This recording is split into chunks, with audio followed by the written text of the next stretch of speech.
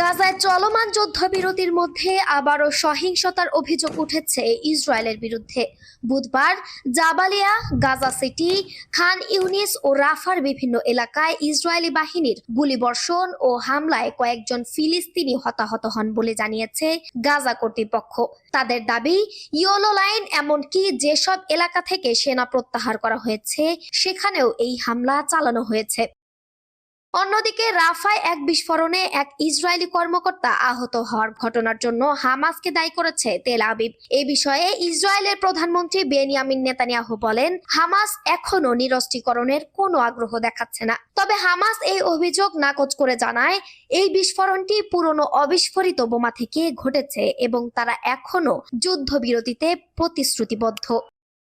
এদিকে গাজায় হামলার পাশাপাশি মানবিক সহায়তা প্রবেশ নিয়েও জটিলতা তৈরি হয়েছে। হামাসের অভিযোগ, যেসব ট্রাক গাজায় ঢুকছে তার বড় অংশে খাদ্য, ঔষধ বা জ্বালানির বদলে বাণিজ্যিক পণ্য আনা হচ্ছে। ফলে উপত্যকা জুড়ে জরুরি চিকিৎসা সামগ্রী সহ নিত্য প্রয়োজনীয় জিনিসের সংকট কাটছে না।